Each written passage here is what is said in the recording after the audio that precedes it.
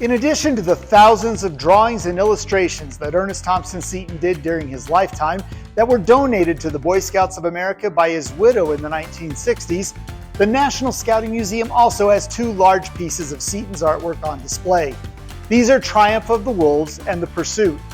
These paintings help showcase Seton's developing ideals about wildlife, the importance of predators in the natural world and wolves in particular.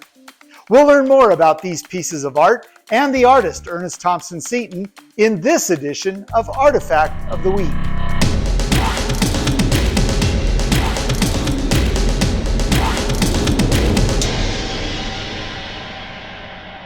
In the 1890s, Ernest Thompson Seton went to France to study art in Paris. By this time, he was a world-renowned expert on wolves, and while in Paris, he read a story about a man who, according to some versions of the story, was also well known for successfully hunting wolves. One night, the man disappeared. The next morning, his remains were found with the appearance of having been killed and eaten by a pack of wolves. While this story could never be proven, it was fascinating to Seton, so he created his painting, Triumph of the Wolves, which is also known as Awaited in Vain. The painting illustrates the aftermath of a possibly failed, or depending on how you look at it, a very successful hunt. As you can see, it's very detailed and perhaps a little gruesome.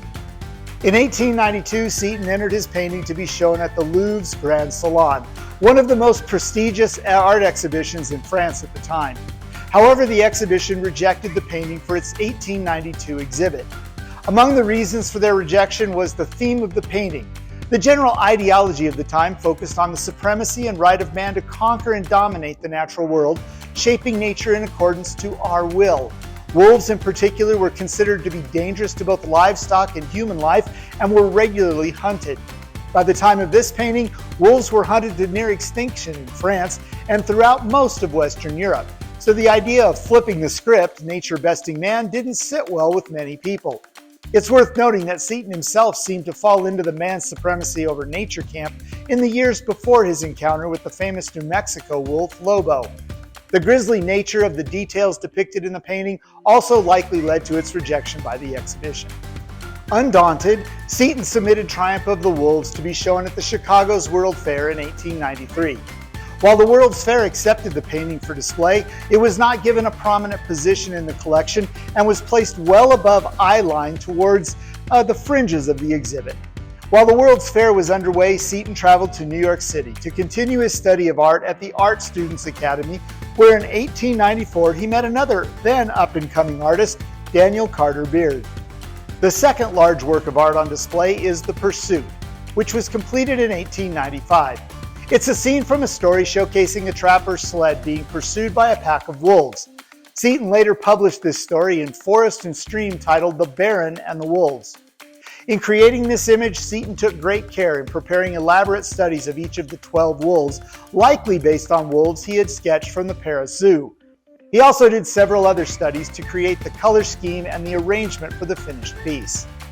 The painting was submitted to be hung in the Grand Salon of Paris. For reasons unknown, this painting was rejected just like Triumph of the Wolves was. However, several of the studies that Seton did for this painting were accepted and put on display. Although the painting's meaning is very ambiguous, one scholar has postulated that Seton meant to show wicked men pursued by vengeful wolves retaliating against man's destruction of nature. The Pursuit also received the interest back in the United States. It is reported that President Theodore Roosevelt commissioned Seton to create a canvas of the lead wolf, which was then hung in the Roosevelt Gallery for several years. Seton also reused the image in the second volume of his book, Life Histories of Northern Animals.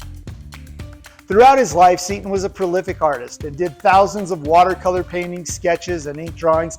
And here at the National Scouting Museum, we have a vast array of his smaller works currently on display in the cases, along with nearly 3,000 additional works stored in the archives.